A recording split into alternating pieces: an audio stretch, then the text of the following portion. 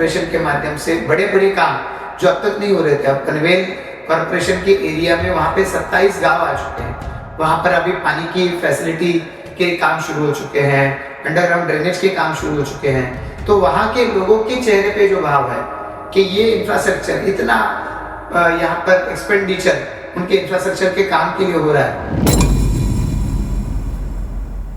नमस्कार दोस्तों, स्वागत है आरटीटी के नए पॉडकास्ट में। आज का पॉडकास्ट बड़ा अच्छा होने वाला है और रोमांचक होने वाला है, क्योंकि आज हम पनवेल आए। एक ऐसे इंसान ने जो सिविल इंजीनियर थे, उन्होंने सोसाइटी में ऐसा क्या देखा कि वो पॉलिटिक्स में आ गए। यूरोप, ऑस्ट्रेलिया, बड़े बड़े कंट्रीज में घूमने के बाद भी, हजारों और लाखों करियर होने के बाद भी उन्होंने पॉलिटिक्स में। तो प्रशांत सर कैसे हैं? नमस्कार। नमस्कार सर। बिल्कुल ठीक। तो सर, आपने सिविल इंजीनियर से पॉलिटिक्स इतना स्विच ऑन क्यों किया? जब मैं सिविल इंजीनियरिंग कर रहा था तब भी मेरे पिताजी उस वक्त बिजनेस देख रहे थे। तो उनका बिजनेस ये कंस्ट्रक्शन फील्ड से ही रिलेटेड है। कंस्ट्रक्शन फील्ड में काम करते वक्त क्या क्या चैलेंजेस उनको आए हैं मुझे देखने का मौका मिला है। और पनवेल एरिया में नया डेवलपमेंट हो रहा था, चाहे सिडको का होने दीजिए, जेएनपीटी का होने दीजिए, रेलवे का होने दीजिए। उस वक्त ये काम करते वक्त काम करने का स्ट्रगल और लोगों का माइंडसेट कि उनको कहीं लग रहा था कि उनके साथ में इनजस्टिस हो रहा है, तो उसको भी रिजॉल्व करना ये पैरेलली पिताजी ने किया। ये जब मैं देखता रहा तो मुझे लगा कि इस फील्ड में चैलेंजेस तो है कंस्ट्रक्शन फील्ड में, और वो कंस्ट्रक्शन फील्ड में आगे जाने के लिए सोचता रहा। मैंने बिजनेस भी करना शुरू कर दिया। जब मैं बिजनेस देख रहा था उसी वक्त पिताजी एमपी बन गए। पिताजी एमपी बनने के बाद में मैंने देखा कि कई पूरे रायगढ़ डिस्ट्रिक्ट से लोग उनके पास अलग अलग इश्यूज लेके आते थे। ये इश्यूज रिजॉल्व करने के लिए बहुत ट्रैवल करके आते थे और उनके माइंड में था कि हमारे एमपी रामशेखर ठाकुर जी हमको जस्टिस दिलाएंगे और इसके लिए वो कोशिश करते थे।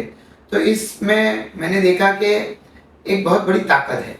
और मैं थोड़ा उसके पीछे चला जाऊं अगर, तो मैंने बचपन में मेरे दादाजी को देखा था कि दादाजी जिस तरीके से लोगों के इश्यूज रिजॉल्व करते थे। वो तो एक पनवेल के एक पंचायत समिति के सभापति थे। फिर अपनी यंगस्टर्स को चांस देने के लिए उन्होंने अपने आप को पीछे रखा और यंग लोगों को आगे रख के उन्होंने पॉलिटिक्स में उन लोग को गाइड किया। तो इतनी उनकी पॉपुलैरिटी थी पनवेल एरिया में कि लोग उनके पास अपने अपने इश्यूज लेके आते थे।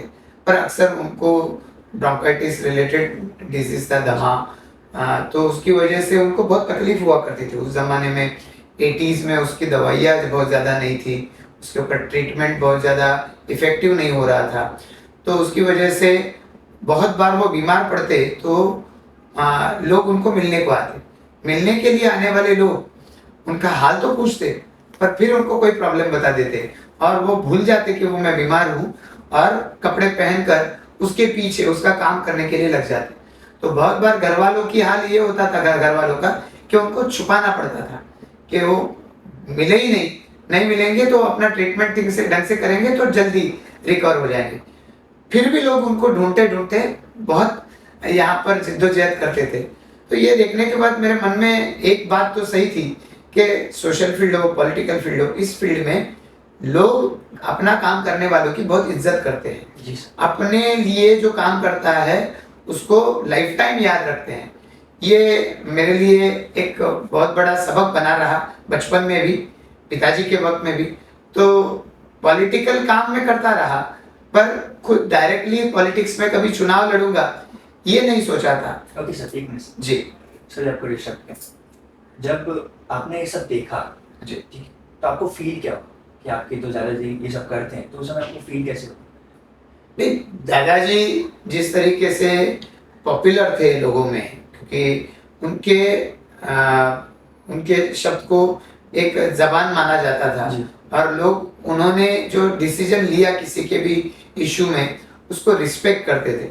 तो ये उनका जो नेचर था, बहुत कम उम्र में उनका स्वर्गवास हुआ 51 के एज में, और फिर भी उनको जिस तरीके से लोगों ने सराहा था, वो मुझे अब तक याद है कि ऐसा रिस्पेक्ट, मैं चाहे पॉलिटिक्स में आऊँ ना आऊँ, ऐसा रिस्पेक्ट मुझे कमांड करना चाहिए, ये बचपन से मेरी ख्वाहिश बनी रही।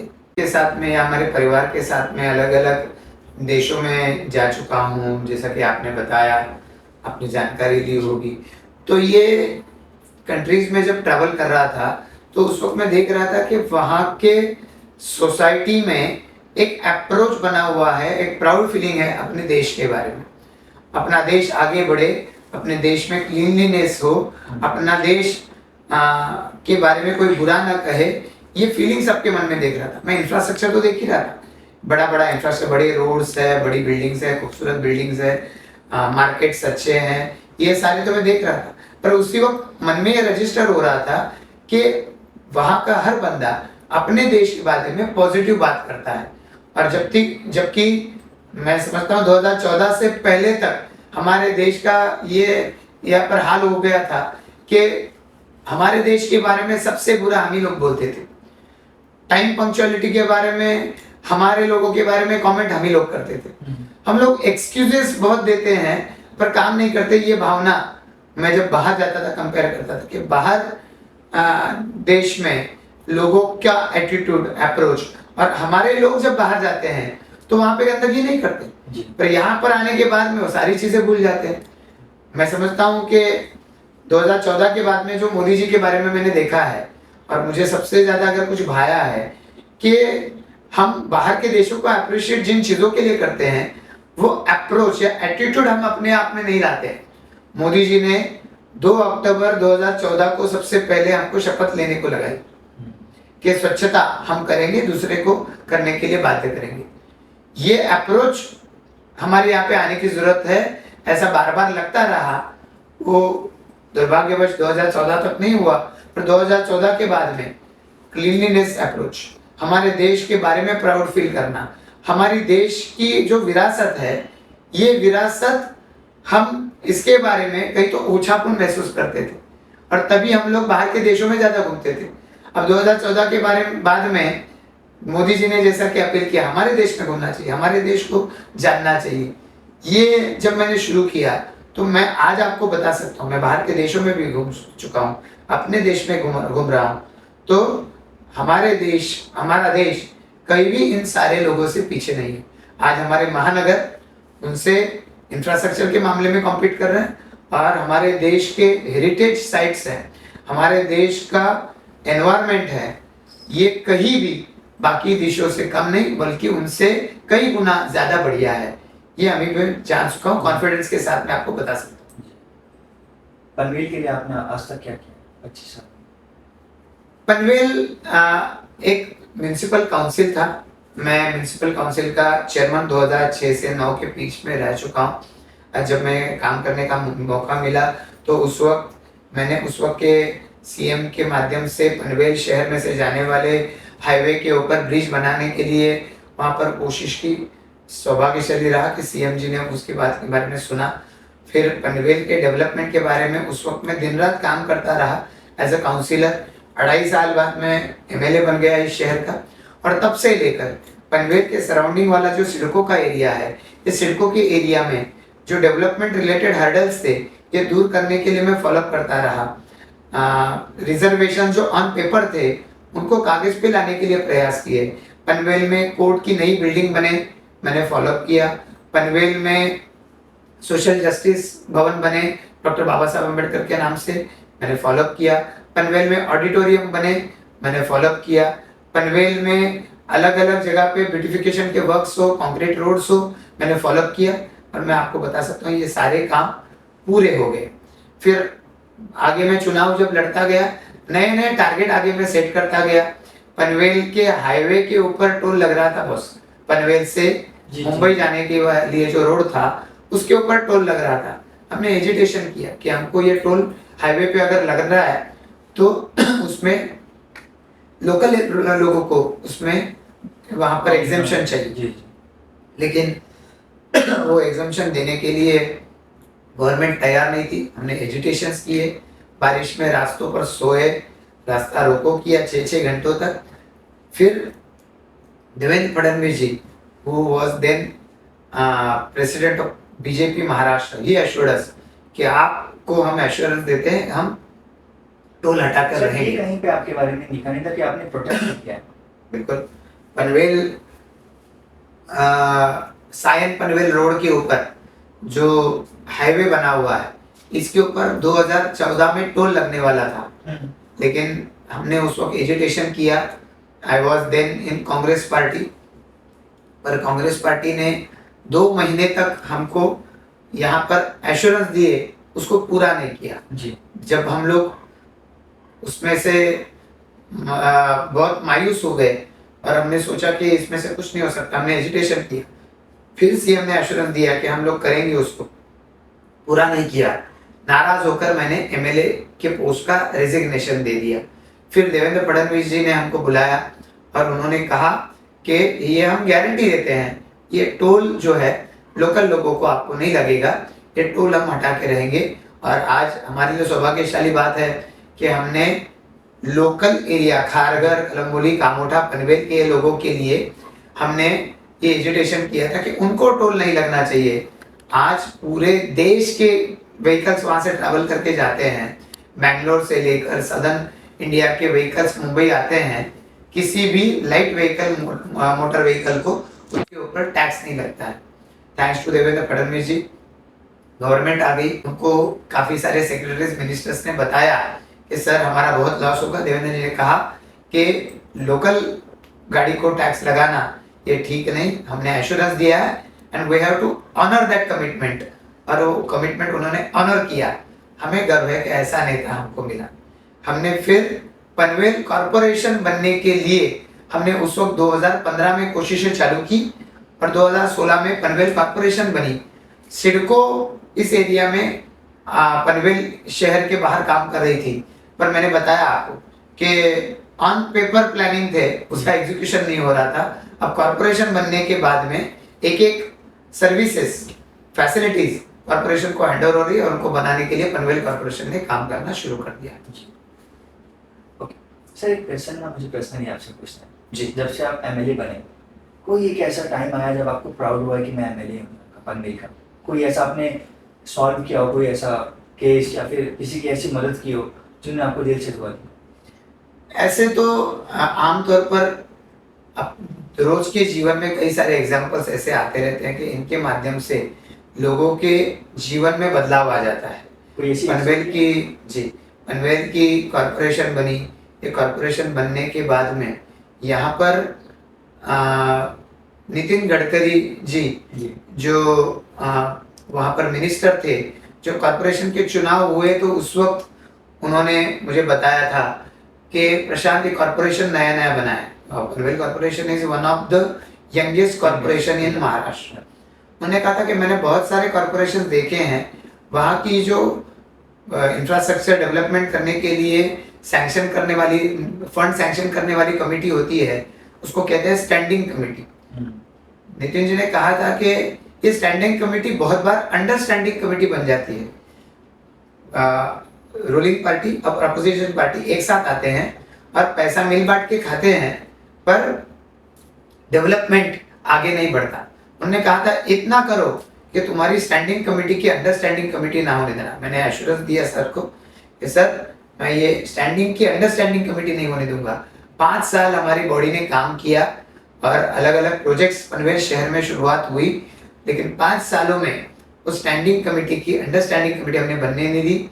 बहुत बार हमने अपना पैसा वहां पे खर्चा किया है, वहां से किसी को रुपया गलत तरीके से हमने देने नहीं दिया, लेकिन उसके माध्यम से पनवेल कॉरपोरेशन कई सारे काम कर चुकी है।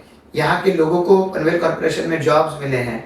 जो जॉब्स जिनको मिले हैं उनके चेहरे के सेटिस्फेक्शन देखता हूँ तो मुझे गर्व होता है कि कॉरपोरेशन बनाने के लिए मैंने पहल की है। जब कॉरपोरेशन के माध्यम से बड़े बड़े काम जो अब तक नहीं हो रहे थे, अब पनवेल कॉरपोरेशन के एरिया में वहाँ पे 27 गांव आ चुके हैं।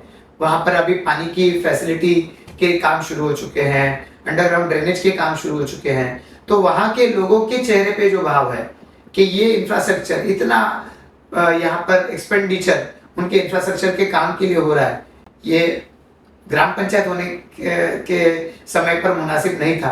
आज बड़े बड़े काम हो रहे हैं, इसके माध्यम से एक बहुत बड़ा डेवलपमेंट, मतलब 100 150 करोड़ के काम खारगर में हो रहे हैं, कलमबुली में हो रहे हैं, कामोठा में हो रहे हैं। पनवेल शहर में आप जाएंगे तो वडाले लेक करके लेक है, जी। आप कभी वहां पर सुबह चले जाइए कि उस लेक पे घूमते हुए पनवेलकर को जो प्राउड फीलिंग होती है उसके जैसे कोई फीलिंग नहीं हो सकती।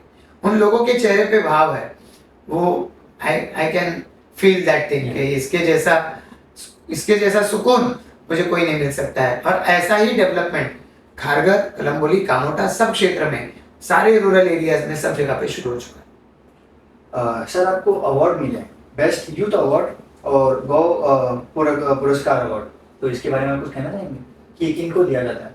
नॉर्मली ऐसा है कि मैं अवार्ड्स में ज़्यादा विश्वास नहीं करता, क्योंकि मैं पब्लिक लाइफ में हूँ। तो पब्लिक लाइफ में होने के बाद में मुझे लोग हर 5 साल बाद चुनाव के लिए वोट देते हैं, और जब जिताते हैं that in itself is an award.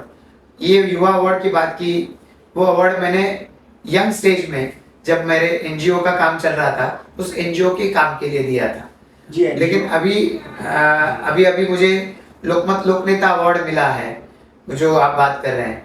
तो ये अवार्ड सिर्फ मेरे पॉलिटिकल काम के लिए नहीं है, पॉलिटिकल काम के साथ साथ ये जो सोशल काम हम लोग कर रहे हैं, जो पहले से मैंने कहा युवा गौरव पुरस्कार मिला है, उस पुरस्कार के लिए हमारा जो एनजीओ काम करता है, उस एनजीओ यानी रामशेठ ठाकुर सामाजिक विकास मंडल, ये वो एनजीओ है जी। ये एनजीओ ने जो काम किया है उस काम के वजह से ये अवार्ड मिला है, ऐसा मैं मानता हूँ। जो लोगों के लिए हम लोग कर पाए हैं, मैं अकेला नहीं हूँ, क्योंकि ये एनजीओ में मेरे साथ में हमारे पिताजी का गाइडेंस है। सर ये एनजीओ काम क्या करता है आप बताइए? ये हम लोग सोशल फील्ड में हैं, हम लोग एजुकेशनल फील्ड में काम कर रहे हैं, हम लोग मेडिकल फील्ड में काम कर रहे हैं, हम लोग कल्चरल फील्ड में काम कर रहे हैं, हम लोग स्पोर्ट्स फील्ड में काम कर रहे हैं।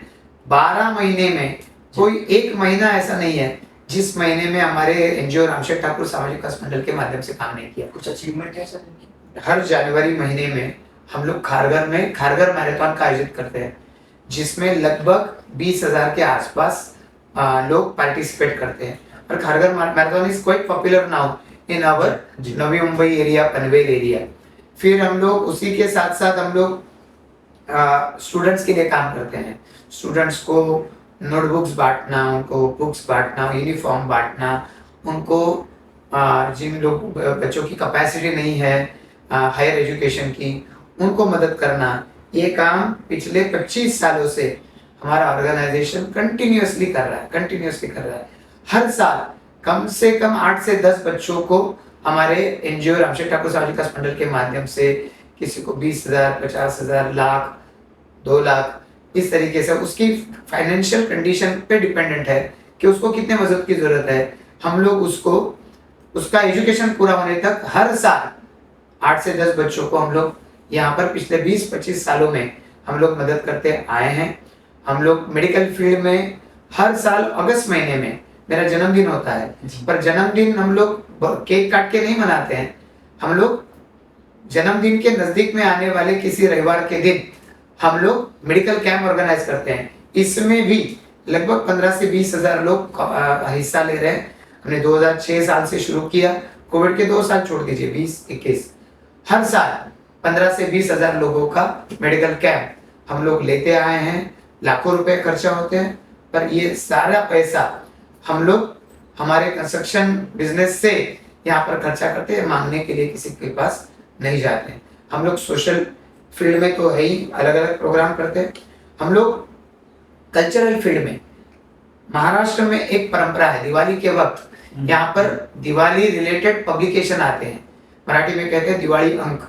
ये दिवाली अंक क्या होता है, इसमें आपका मैगजीन जैसा एक साल का आपका एक हर कोई जो पब्लिकेशन है वो साल में एक बार दिवाली के अवसर पर आपके घर में आप अच्छे अच्छे व्यंजन बनाएंगे, अच्छे कपड़े पहनेंगे, दिए जलाएंगे, पटाखे जलाएंगे, पर उसी के साथ साथ कुछ तो नॉलेज हमको मिलना चाहिए, ज्ञान मिलना चाहिए। तो इसके लिए मराठी में परंपरा है दिवाली अंक। ये दिवाली अंक, दिवाली के समय में ये सारे पब्लिकेशन निकलते हैं। तो ऐसे जो दिवाली अंक 100 से ज्यादा सालों से ये ट्रेडिशन चलता आ रहा है और आज भी महाराष्ट्र में बड़े बड़े पब्लिकेशन हाउस है, वो साल में कितना भी काम करे दिवाली अंक जरूर निकालेंगे।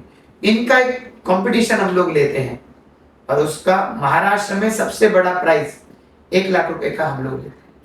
फिर दिसंबर महीने में हम लोग अटल एकांकिका स्पर्धा लेते हैं, 1 एक्ट कंपटीशन, जो महाराष्ट्र लेवल का रहते हैं और इसका भी प्राइस हम लोगों ने अभी 1 लाख तक लेके गए। महाराष्ट्र लेवल के अलग अलग जो ऐसे हम लोग कहेंगे कल्चरल फील्ड में काम करने वाले, एक्टिंग फील्ड में काम करने वाले, इस इंडस्ट्री से जुड़े हैं, ऐसे कई सारे लोग सालों से आते हैं। महाराष्ट्र के अलग अलग सेंटर में हम लोग ये कंपटीशन लेते हैं, उसका फाइनल हम लोग पनवेल में ऑडिटोरियम में लेते हैं। अरे सालों से परंपरा चल रही है। हम स्पोर्ट्स फील्ड में भी है, मैराथन लेते हैं, उसके साथ साथ स्पोर्ट इवेंट्स हम लोग ऑर्गेनाइज करते हैं। तो ऐसा होलिस्टिक डेवलपमेंट हम लोग ये रामशेठ ठाकुर सामाजिक मंडल के माध्यम से करते हैं। जी प्रशांत सर, आपके लिए हमारे सारे 12,000 बच्चों में से थोड़े क्वेश्चन आए, तो आप कृपया उनके जवाब दीजिए। What advice should you give someone starting their career?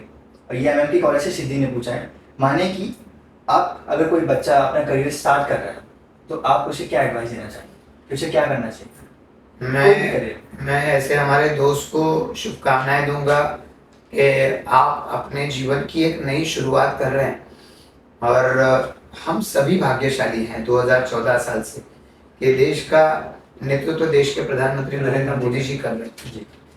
और ऐसे वक्त पे आप अपने नए फील्ड में एंटर कर रहे हो जब आपको अपने फील्ड में ऊपर जाने के लिए सारा एक बढ़िया सा एनवायरनमेंट तैयार करने के लिए मोदी जी और उनकी गवर्नमेंट दिन रात मेहनत कर रही है। महाराष्ट्र में अगर है बोचा, महाराष्ट्र में देवेंद्र फडणवीस जी 2014 से 19 तक सीएम रह चुके हैं, अब बतौर डीसीएम काम कर रहे हैं पार्टी के कहने पर दिन रात मेहनत उनकी गवर्नमेंट, हमारी महायुति की गवर्नमेंट कर रही है कि जिसके माध्यम से आपको पढ़ाई में मदद हो, ये प्रयास है। पढ़ाई के बाद में हायर स्टडीज आपको करने हैं, उसके लिए प्रयास हो रहे हैं। अब न्यू एजुकेशन पॉलिसी आई है, इसमें आप पढ़ाई करते करते वोकेशनल एक्सपीरियंस ले सकते हैं और अगर आप नया करियर शुरू करना चाहते हैं तो जॉब्स मेरिट पे आपको मिले, इसके लिए मोदी जी रिफॉर्म्स ला रहे हैं, एग्जाम्स में भी ला रहे हैं और उसी के साथ साथ आपकी एजुकेशन सिस्टम में ला रहे हैं। जो आज एग्जाम दे चुका उसको हायर स्टडीज करना है, पढ़ाई करनी है, सीखते सीखते महाराष्ट्र की गवर्नमेंट ने अभी मुख्यमंत्री कार्य प्रशिक्षण योजना लाई है कि जिसके थ्रू आप स्टाइपेंड ले सकोगे और उसी वक्त आपको जो स्किल डेवलप करना है उसमें काम भी कर सकोगे। यही काम मोदी जी ने make in India, skill India के माध्यम से शुरू किया था। अब इसको आगे बढ़ाने का काम महाराष्ट्र की गवर्नमेंट कर रही है। बहुत सारे स्टार्टअप, सबसे ज्यादा स्टार्टअप देश में महाराष्ट्र में हो रहे हैं। हम लोग देख रहे हैं कि पनवेल में एयरपोर्ट आ रहा है, तो पनवेल में एयरपोर्ट आने की वजह से हमारे देश का जो जीडीपी है, ओवरऑल देश के जीडीपी में एक बड़ी ग्रोथ अकेला एयरपोर्ट लाने वाला है। तो उसकी वजह से कई सारे बिजनेसेस इस एरिया में आएंगे। हमारे यहाँ पे जेएनपीटी के 4 पोर्ट्स बन चुके हैं, एयरपोर्ट बन रहा है, connectivity Delhi Mumbai corridor will connect to JNPT, dedicated flight corridor, कई सारे अपॉर्चुनिटीज पनवेल एरिया के दरवाजे पर नॉक कर रही है। तो इसको अवेल करना चाहिए। प्रॉपर ट्रेनिंग एजुकेशन के साथ में अगर आप आगे जाते हो तो मुझे लगता है no one can prevent you from going ahead. Arush Kumar बोल रहे हैं विल्सन कॉलेज से। सर मुझे पॉलिटिक्स में जाना है, तो आप मेरी करियर में क्या करूँगा पॉलिटिक्स में आने के लिए? आरुष जी को मैं शुभकामनाएं दूंगा। प्रधानमंत्री जी का वाक्य है, यही समय है, सही समय है, कि जब देश अपने आज़ादी के 75 साल पूरे कर चुका है और 1947 से लेके 2047 तक का 100 साल का सफर, अब उसमें से अमृत काल शुरू हो रहा है, ऐसा मोदी जी कहते हैं। कैसे? तो हमारा देश 2014 से पहले हम कहीं भी एज ऑफ डूइंग बिजनेस ये शब्द नहीं जानते थे। जिसको अपना बिजनेस खड़ा करना है उसको बिजनेस में एंटर करने के लिए जो अलग अलग दिक्कतें आ रही है इसको कम करने के लिए गवर्नमेंट ने काम करना पड़ेगा, ये मोदी जी से पहले किसी ने सोचा नहीं था, बात नहीं की थी। अब मोदी जी वो एनवायरनमेंट बना रहे हैं, उसी के साथ साथ शिक्षा, पढ़ाई, हेल्थ, स्पोर्ट्स, सब सेक्टर में मोदी जी इस देश को दुनिया के प्लेटफॉर्म पर एक नंबर पर ला रहे हैं। फाइनेंस रिलेटेड जितने सारे मेजर्स हो सकते हैं वो मेजर्स उठा रहे हैं। तो ये एक, मैं कहता हूं कि इस देश में जो युवा आगे बढ़ना चाहता है उसके लिए एनकरेजिंग एनवायरनमेंट है। ऐसे में कोई राजनीति में काम करेगा, और अगर मैं कहूं बताऊं आपको 2014 यानी 10 साल पहले अगर कोई राजनीति में होता तो राजनीति एक बुरा वर्ड बन चुका था। राजनीतिक लोगों को लोग बुरे नजर से देखते थे और उनसे घृणा आती थी लोगों को, ये एनवायरनमेंट था। अब मोदी जी की वजह से लोग कास्ट पॉलिटिक्स की बात नहीं करते, मोदी जी की वजह से लोग डेवलपमेंट की बात करते हैं। Now we speak of development. Metro इतनी सारी शहरों में शुरू हो चुकी, एयरपोर्ट्स नए नए बन रहे हैं। आज हम लोग देख रहे हैं कि आज मेक इन इंडिया जोरों शोरों पर है। एप्पल से लेकर सैमसंग से लेकर बड़ी बड़ी कंपनियां उनकी सबसे बड़ी फैक्ट्री इंडिया में डालने के लिए प्रयास कर रही है। हमने देखा जब कोविड आया तो वैक्सीन हमारे देश में बने, 2-2 वैक्सीन, और हमारे देश में ही नहीं देश के बाहर भी भेजे गए। इसके जैसा पॉजिटिव एनवायरनमेंट पॉलिटिशियन के लिए नहीं हो सकता। तो बीइंग एन पॉलिटिशियन, आप पॉलिटिक्स में आइए, जो विचारधारा आप मानते हैं उस विचारधारा के साथ शुरुआत कीजिए, पर राष्ट्र हित के साथ में कहीं कॉम्प्रोमाइज मत कीजिए। हमारी पार्टी भारतीय जनता पार्टी कहती है nation first, then your organisation and then you are the last about whom you should speak about or about whom you should think about। तो अपने बारे में सोचना है, उसी वक्त अपने परिवार, अपने समाज के बारे में भी सोचो कि उनको भी मेरे जैसा बनाना है और हम सबको मिलकर हमारे देश के जैसा बनना है। ये जब आपकी विचारधारा कहेगी, आप उस तरीके से काम करोगे, तो मुझे पूरा विश्वास है कि आपके बारे में आपके सारे कलीग्स और आपका समाज भी आपको अप्रिशिएट करे। जी सर, आखिरी क्वेश्चन है अभिमन्यु, और ये मुझे बहुत अच्छा लगा क्वेश्चन जी। अगर आपको आपकी जिंदगी में मौका मिले किसी भी लीडर की जिंदगी में एक दिन जीने का, तो वो कौन है? मैं ऐसे तो आज मैं भाग्यशाली हूँ कि देश के प्रधानमंत्री मोदी जी को काम करते हुए देखता हूँ, सम्मानीय केंद्रीय गृह मंत्री अमित शाह जी को काम करते हुए देखता हूँ। मैं कई सारे लीडर्स को देखता हूँ कि उन्होंने जो जिंदगी जी है, बहुत हार्डवर्क किया है अपने जीवन में और बहुत मेहनत की है, फिर उसके बाद में आज वो इस मुकाम तक पहुंचे हैं। ऐसे ही लीडर है हमारे महाराष्ट्र के भारतीय जनता पार्टी के लीडर और राज्य के उप मुख्यमंत्री देवेंद्र फडणवीस जी। वो एक सबसे अलग आदमी है, ये विश्वास मुझे है कि जिस तरीके से 2014 से 19 में उन्होंने काम किया, वो जब मुख्यमंत्री बने कई सारे चैलेंजेस उनके सामने थे। आप याद कीजिए, लातूर जैसे शहर में पानी ट्रेन से भेजा जा रहा था, आज भी नहीं भेजना पड़ता, क्योंकि उन्होंने अपने समय में काम किए। मराठी शब्द जलयुक्त शिवार योजना। जलयुक्त शिवार योजना क्या है कि हम अपने अड़ोस पड़ोस में पानी के टैंक्स बनाए। हमारे अड़ोस पड़ोस में जो बड़े बड़े कैनल होते हैं, नाले होते हैं, इनको वाइडन करें। देवेंद्र जी ने man of conviction, Modi ji के साथ साथ उनको कहा जा सकता है कि इस तरीके से काम किया। आर्ट ऑफ लिविंग आगे आया, उन्होंने उनके प्रोग्राम में अपने आप को जोड़ लिया। रामदेव बाबा जी, उनके पतंजलि ने उनको इस प्रोग्राम में अपने आप को जोड़ लिया। Aamir Khan water cup foundation, उन्होंने अपने आप को इसमें जोड़ लिया। ऐसे कई सारे, नाना पाटेकर और मकरन अनासपुरी नाम फाउंडेशन, कई सारे महाराष्ट्र के ड्रॉप प्रोन एरियाज हैं जहाँ पे सूखा पड़ा रहता था, पानी गिरता था, रुकता नहीं था। ये ऐसे सारे काम करने की वजह से आज वहां का सूखा मिट रहा है और उसकी वजह से पानी का काम हो गया। महाराष्ट्र का लोड शेडिंग देवेंद्र जी ने बंद कर दिया है। महाराष्ट्र को इंडस्ट्रीज में नंबर 1 देवेंद्र जी ने लाया है। वाडवन पोर्ट देवेंद्र जी ला रहे हैं देश का, और मैं कहता हूं कि उन्होंने जैसे बताया है दुनिया के टॉप 10 पोर्ट्स में वो एक पोर्ट बनेगा। नवी मुंबई का एयरपोर्ट वो अभी बनने जा रहा है, क्योंकि उसके पीछे मोदी जी और देवेंद्र जी का फॉलोअप है। मैं अटल सेतु बनाने के लिए देवेंद्र जी ने फॉलो किया है, मुंबई में मेट्रो लाने के लिए उन्होंने फॉलो किया है, नैना सिटी अच्छी तरीके से डेवलप हो और पनवेल के सराउंडिंग वाला एरिया। सिटी क्या है? नैना सिटी ये एयरपोर्ट से 20 किलोमीटर पेरीफेरी में जो एरिया है उसको प्लान तरीके से डेवलपमेंट करने के लिए new airport influential notified area, इसका शॉर्ट फॉर्म है नैना। तो ये नैना सिटी जो बन रहा है इसके लिए उन्होंने पहल की थी। उसके साथ साथ लोकल एस्पिरेशंस को जिंदा रखना, इस एरिया के लिए जिन्होंने फाइट किया था दिबा पाटिल जी, उनका नाम इस एयरपोर्ट को देने के लिए महाराष्ट्र गवर्नमेंट के पास में उन्होंने फॉलो किया है। जेएनपीटी के पोर्ट डेवलप करने के जो परमिशन चाहिए उन्होंने दी हुई है। हमारे पनवेल कॉर्पोरेशन, देवेंद्र जी नहीं होते तो पनवेल कॉर्पोरेशन ही नहीं बनता था। मैं आपको अनगिनत चीजें बता सकता हूँ।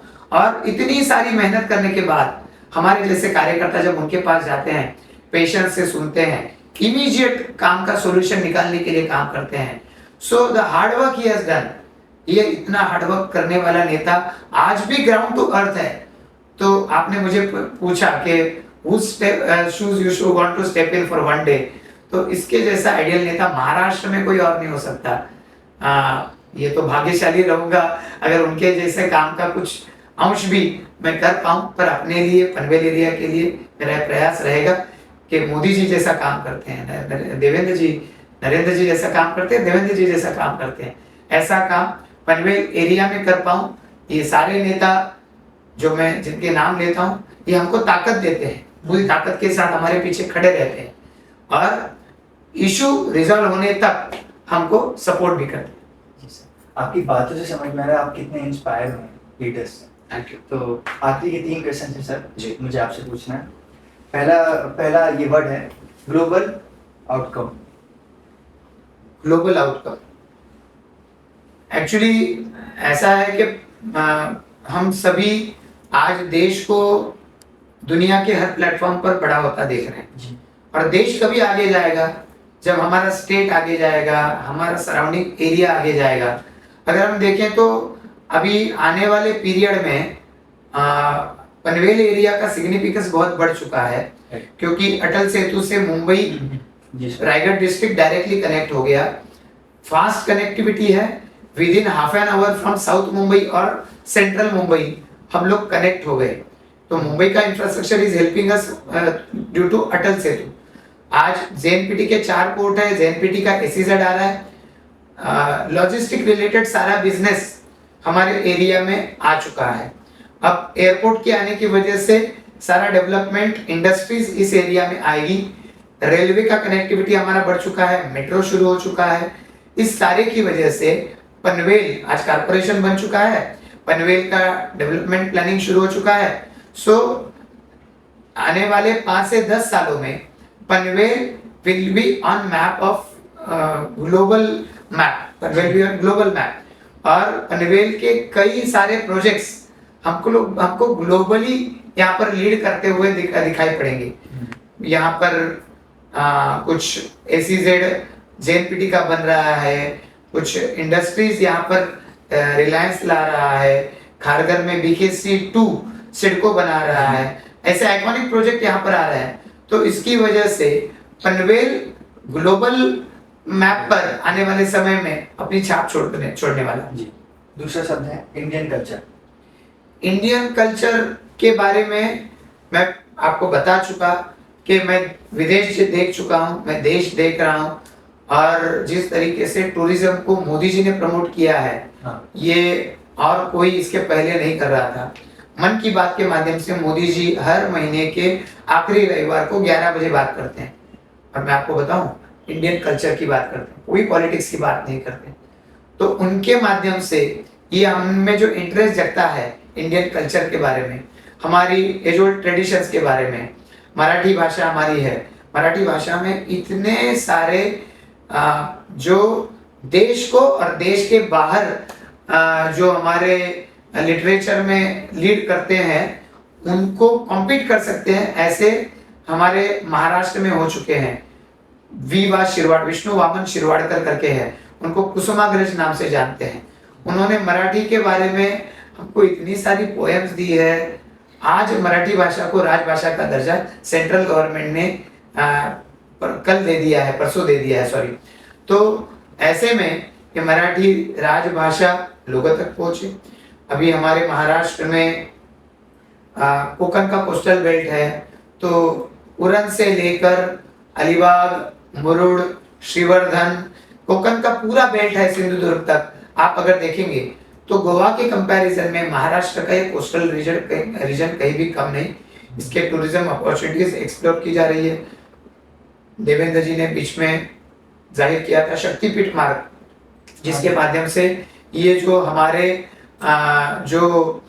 सभी श्रद्धा के केंद्र है, सभी यहाँ पर हमारे शक्ति धाम है, इनको जोड़ा जाने वाला है। ज्योतिर्लिंग है, इनको जोड़ा जाने वाला है। रायगढ़ फोर्ट हमारे रायगढ़ की शान है, छत्रपति शिवाजी महाराज के राजधानी का किला है।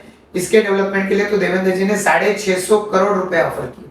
अब रायगढ़ नए सिरे से बन रहा है, तो उसको देखकर मैंने भी कोशिश की कि मेरे क्षेत्र में आने वाला की फॉरेस्ट मिनिस्टर सुधीर मुनगंटीवार जी को रिक्वेस्ट की, अब वहां पर यहाँ पर एक पावर सेक्टर में फुल्ली इंडिपेंडेंट विलेज मैं माची प्रबलगढ़ करके वहां पर बनाने के लिए मैं फॉलोअप कर रहा हूँ। प्रबलगढ़, वहां पे कलावंतीन करके एक माउंटेन है। माथेरान, हमारे यहाँ से ट्रेकिंग करके लोग जाते हैं। तो जब सेंट्रल लेवल की लीडरशिप बात करती है, स्टेट लेवल की लीडरशिप बात करती है, तो हमको लगता है हम भी यहाँ पर कुछ डेवलप करें। और यही वातावरण आपको पूरे देश में दिखाई पड़ेगा।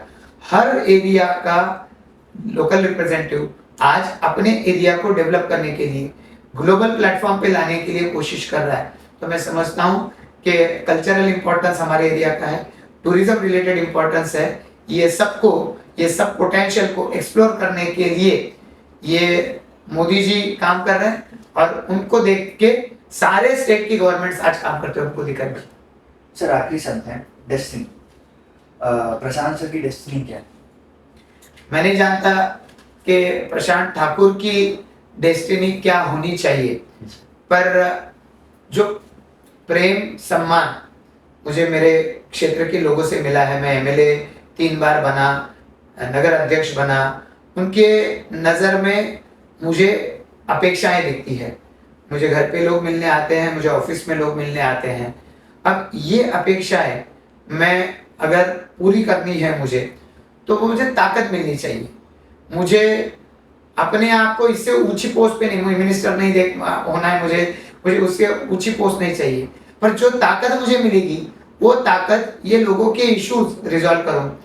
मेरे शहर में पानी की कोई समस्या ना रहे, मेरे शहर में इंफ्रास्ट्रक्चर मेट्रो से लेके एयरपोर्ट से लेके सारा बन रहा है, तो रोड इंफ्रास्ट्रक्चर ऐसा बने जो वर्ल्ड क्लास बने। इसके लिए कंक्रीट रोड्स की शुरुआत हमने की है, पनवेल शहर में कर रहे हैं, सिडको एरिया में कर रहे हैं। तो ये सारा इंफ्रास्ट्रक्चर अच्छा हो जाए। लोगों के लिए सेंट्रल गवर्नमेंट, स्टेट गवर्नमेंट अलग अलग स्कीम ला चुका है।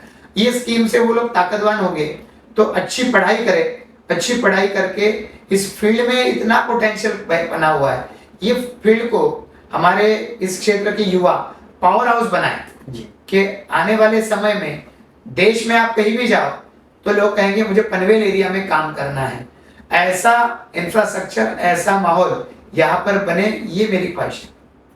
प्रशांत सर, आपकी सराउंडिंग में कोई ऐसा पॉलिटिशियन है जिनको लगता है कि हम उनका पॉडकास्ट अगला लें, जो अपने काम के लिए निस्वार्थ है, जिन्हें अपना काम सबसे पहले दिखता है? ऐसे कोई पॉलिटिशियन है जिनको आप जानते हैं, जिनको लगता है कि हम उनका पॉडकास्ट लें, जो अपने काम में बहुत अच्छे हैं?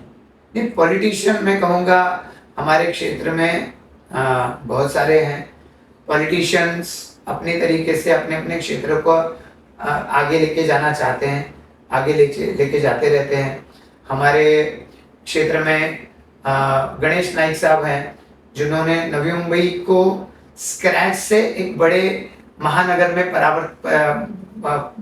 ट्रांसफॉर्म किया हुआ है। हम देखते हैं कि हर साल उसको ब्यूटिफिकेशन के लिए, क्लीनलीनेस के लिए अवार्ड्स मिलते हैं। अलग अलग इंडस्ट्रीज आज नवी मुंबई में आ चुकी है और उन्होंने मेहनत से इस शहर को आगे बढ़ाया है। तो मैं समझता हूँ कि उनका काम लोगों के सामने जाए, ज़्यादा से ज़्यादा लोगों को उससे इंस्पिरेशन मिले, इसके लिए आपको उनको अप्रोच करना जी चाहिए। सर। मुझे पूरा विश्वास है वो समय ज़रूर देंगे। जी सर, आखिरी आ गया है पॉडकास्ट का हमारा। आप कुछ कहना चाहेंगे यूथ को, क्योंकि हमारा पॉडकास्ट ज़्यादातर यूथ देखती है। कोई मैसेज या फिर कुछ कहना है आपको यूथ को, आप कह सकते हैं।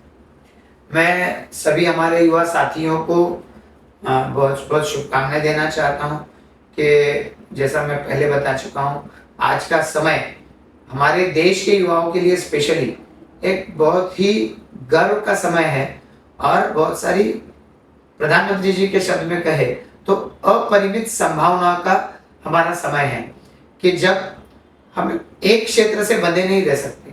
आज आर्टिफिशियल इंटेलिजेंस की वजह से कई सारे जॉब्स खत्म हो रहे हैं और उसी वक्त नई सारी अपॉर्चुनिटीज पैदा हो रही है। अब हमें अगर अपने क्षेत्र में आगे बढ़ना है तो आने वाले 5 साल 10 सालों में हमें अपने आप को अपडेट रखना होगा। आर्टिफिशियल इंटेलिजेंस आने वाले समय में हमारे जीवन का रुख बदलने वाली है, तो ऐसे में हम सभी को आने वाले चैलेंजेस को तैयार रहना होगा और इन चैलेंजेस को फेस करने के लिए कम्युनिटी हम अपनी अगर डेवलप करते रहे, इंजीनियर्स है मुझे तो आपके कॉन्टैक्ट्स में सिर्फ कोई नहीं दिख रहा। सिर्फ आपको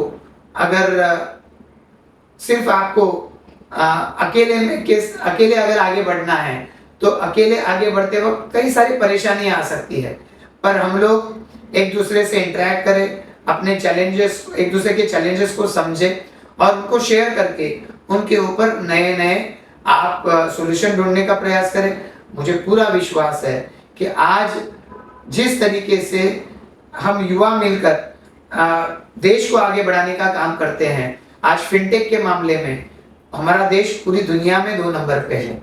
आज हमारे देश में पहले कभी नहीं आया था इतना हमारे देश में टेक्नोलॉजी ट्रांसफर हो रहा है और उसकी वजह से डिफेंस सेक्टर से लेके हमने देखा इसरो और कई सारी एजेंसीज वर्ल्ड प्लेटफॉर्म पे लीडर बन चुकी है। तो इस ऐसे कई सारे इनोवेशंस हम कर सकते हैं और इनको यहाँ पर यूनिकॉर्न बनाने के लिए हम अपनी पूरी ताकत लगा सकते हैं।